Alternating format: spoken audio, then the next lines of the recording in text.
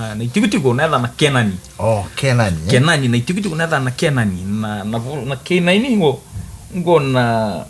wakame na kenai dabutinga babalangi. Na kei na leta kei na nine watana I me vale kala katagola iyo.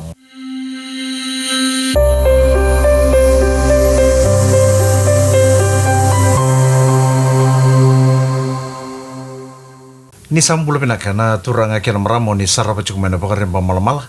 Ena veto kone ne piengo Pacific Island Association of Non-Governmental Organization. Da paka pinaka ni santa kita paka sarapa cukup nonda bulangi ni kuah. Ni mbula pinaka kimni. Bulu pinaka. Ni paka madala taki kimni mata. Sebenarnya, adang go Andrew leong go sila na isiroki. O ngone ni nambo pa o nimbuka. Teleu. O wasu ya nasana pa turang o salia na ya ulau. O wawachi watingu maramani kulkulu nanronga. Sanjina. Ka tolu chungo na luwe kerau. Perto sa buli kia de chiku ndo ya chiku na klasi rua. Ndo ya klasi wachi ko ndo ya klasi 5. Pinaka totoko pa uti na ipang madala. Andrew, sabi na katipo ka liban ng unang na liw ni Panoyan tundu kaya na bisong-songo na bisong-songo raw ni ratuta kaya may kalapeta na lingan ramera bibu kaya na sangay metarita kaya na nonda Panoa ka sa kakuan nindo pakarapito nga pakalipo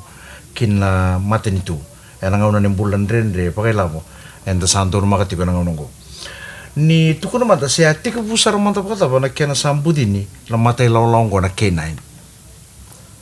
naka Mike songong kay may mbudin ito nga nanguna sa ramay dingukin na taka kito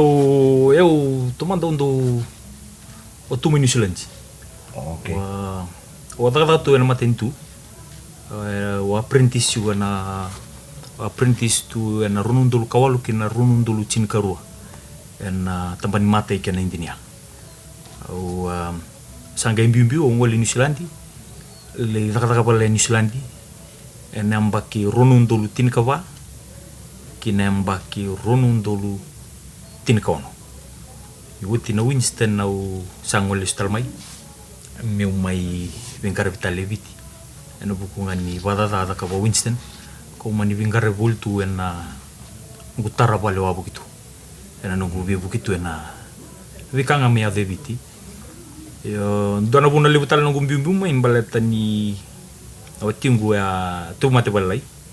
sama ni unaki naki meu sangol ngamai wal maya sa mai toka sang tunda ka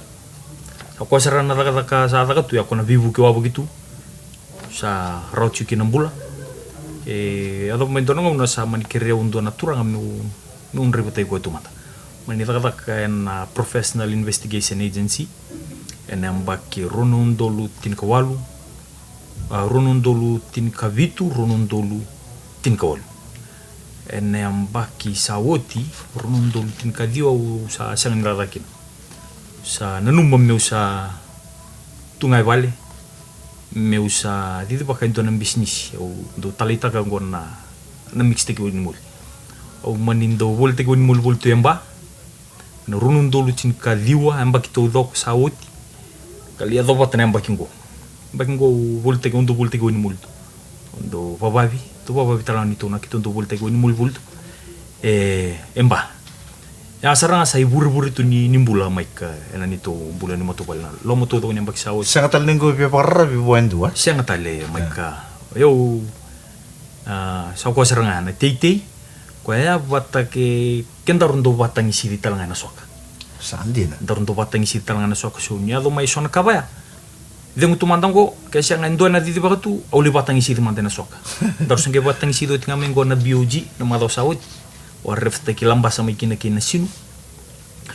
sa ruwa na yamba ke ungole anye tay ungole nickel donya na yamba sawit tinamba kingo wangole i Papua New Guinea sona vi kala lengo undo takabatu erotu kinambula siya nga niyo tumeo barab o apply ta ka indo na nungu grant el matentu na yamba kirunundul tinkawalu sangay may wawa to yan sa maniu tarasa rendo nungu stove lebu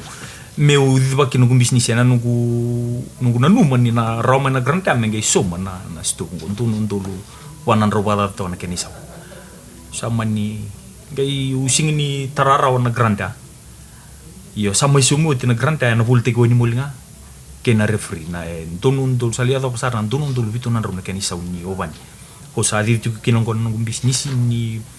bulbul taki o mai de mutal tungo na buku ni bengara ko sa takap tungo dinanga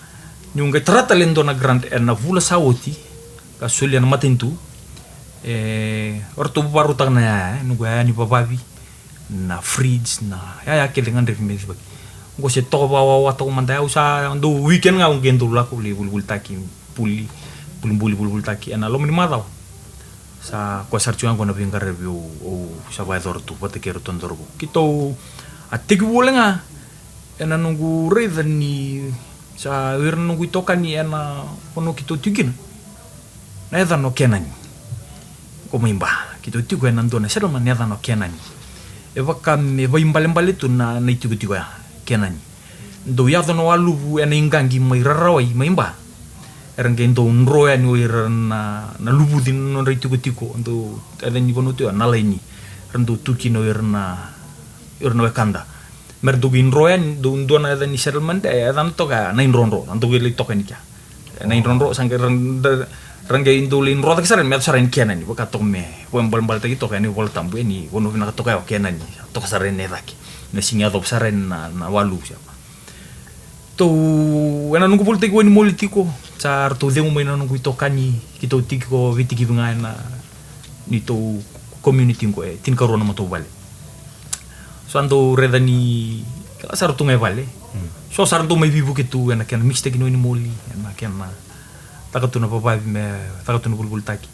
misando biwa si tu ena vika nga sarot vika nga kimamitia tu na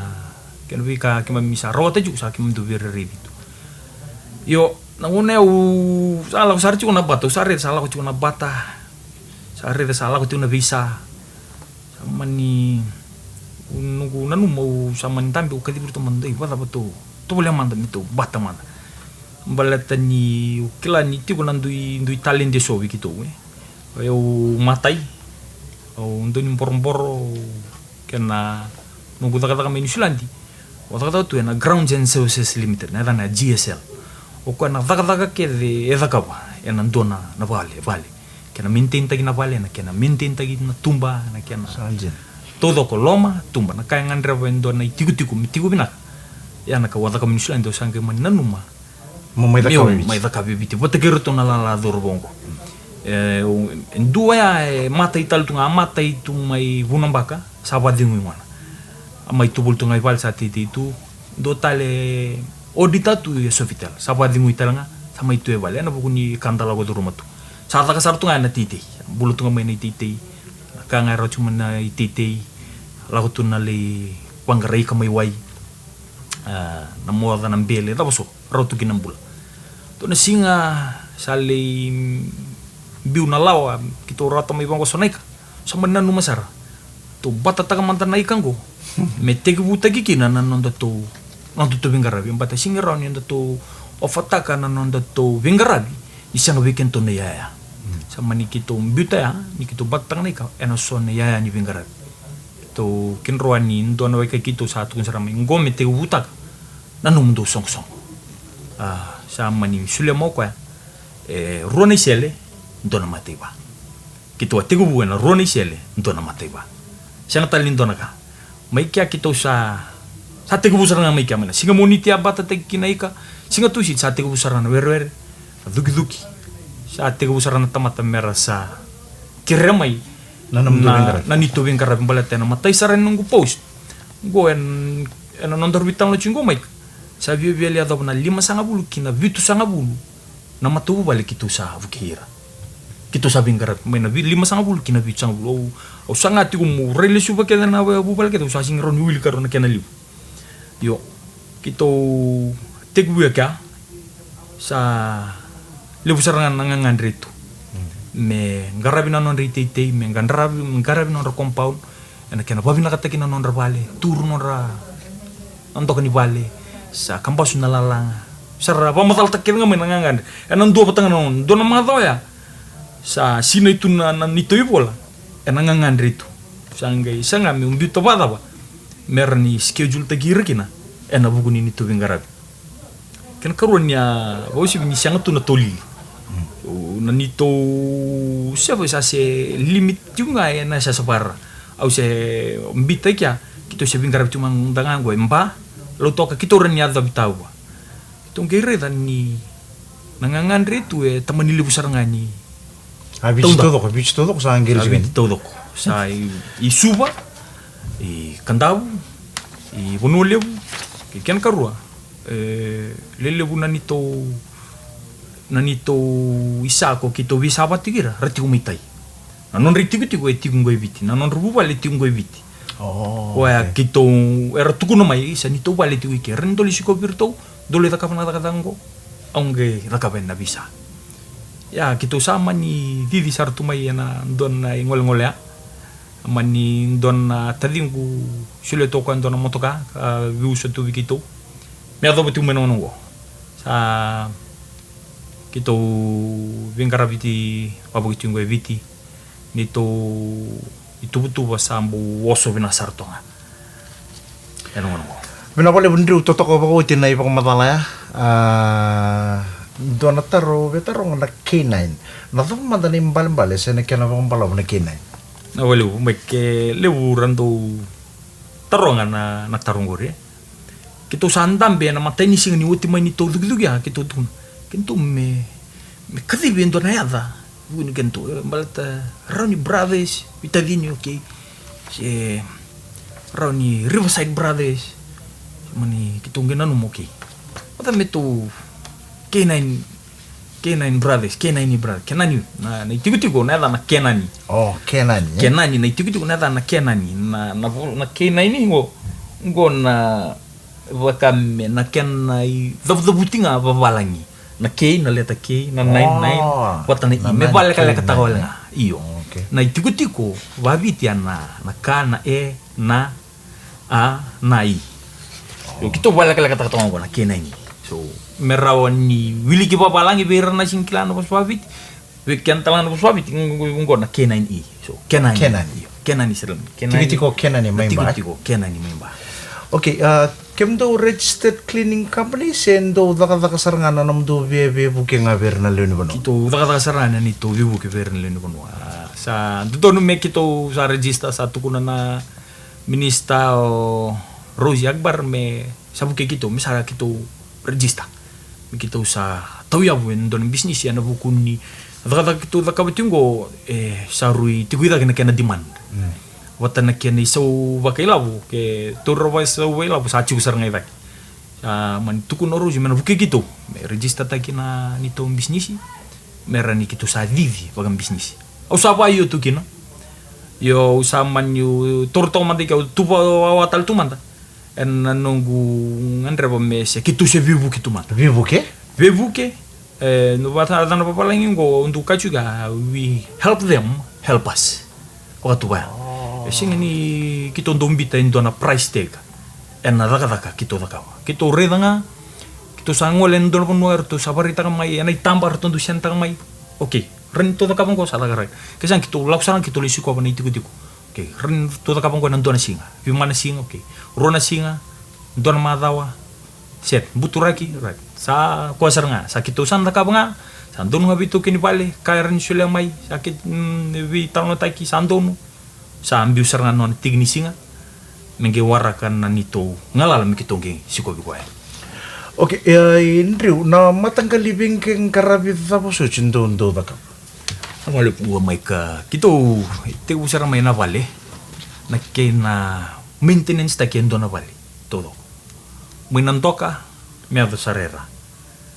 ntoka ni vale ado sarena en andur ni vale era berarti kaya kaya pakai lutu toko pa na vale en ngandre me do adan toka apa lagi na ikla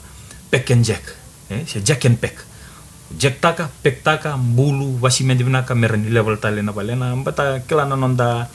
tartar ni vale na ngonongo kila ndu la ko me na wai en sona bunu en ale lutu toka vaya te ku me da ke nan delikaba sona bono ena turu toka enda na sing dikala na reda ngana mau ena siling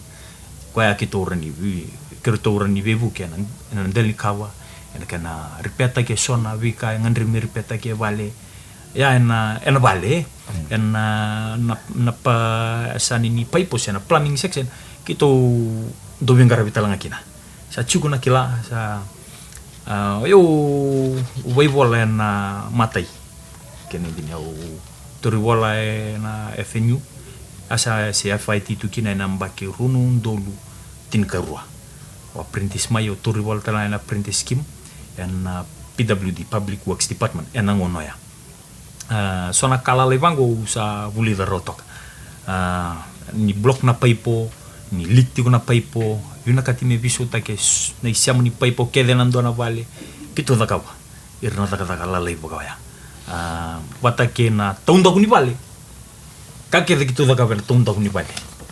kito hereda kito kotia kito trim taga na sini kau kito te kito musuka na buni kau Daka nambai. kito dakawa nambai kito dakawa na driveway rentaka na driveway daka na footpath na general ko evantu na general services Toto ko na vengaravi ndo sangkara pachiko iya na daka keve Andrew daka keve ndaka bani uti bango na daka ikon na ona viso ni iya na daka ndo ngapingaravi chukin ko ndo lapa ka berna le ni pono mera somi kemdo ne lapo se ni bang mandal mandana na kami ruan na page kito sa lewen na tingo ndo na bata ndo na vivoli wakau itoke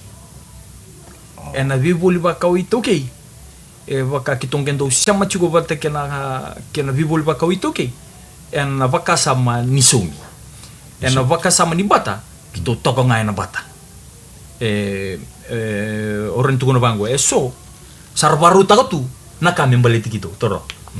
Oke, ngona taka kito sabaru taka balik kimdo, ngotala naka kito sabaru taka wikimdo.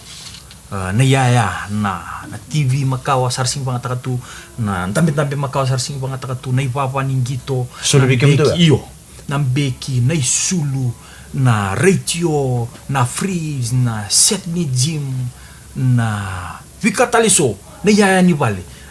na yaya ni taka na chainsaw. Nangonango mo baka utuko na wiko mai.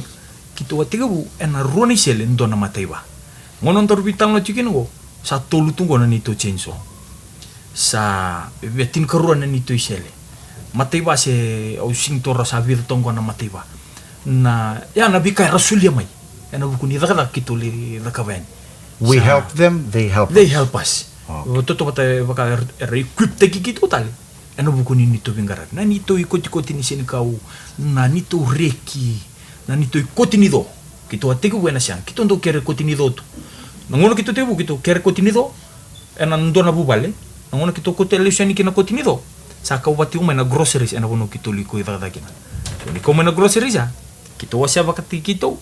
kota tanga vi ko kito kere mai kina na kotinido watu ya kito sa bakame ramba na nito wingaravi ndo bono na bono kito likere mai kinto na ya ni suko bango sa suko patati kena kan ipa bina kai sulu mai na bono kito li bengarabi kina na ngono go kito pa bina ka na nito li bengarabi sa tolu tingo na nito ikoti sa va na nito ikoti nido ora te sangue rorosar na nito bengarabi ni sa tiko na ya ni takara Andrew ire kete na no dorbo urong chikana dorbo tal no li universitar to sabe lewe vitu tikumba kana dorbo sa lewe na chikana song ni K9 na ngono go ira na no dorbo go era baka trade kete naka mai ka dua trade tala wa kiro mate wata tiko o kwa mate tu mai bunambaka sa de mutona o kwa ko kiro bevu ke takachuko na ken revi to kana taka por tiga nyundo oso so bango undo ngol bango ena nungu aten taka sotal na vivo nua me lo irede kena bengare sambiu to kelengana reda to kana taka tango me oti me ngai seme kala me daka na kena i daka er ngandrebo ira na ito kini bale santo mbiu to vera ortona kena bo erto samani battery erto nanon erto ndui tambana ya endu itu kona tambana ni audit na sofitel endu astomens tiko mai mana island resort endu endo etaka tu no water authority sa padi ngui ngona no water authority kandua ando taka tu nagan esa lebra nagan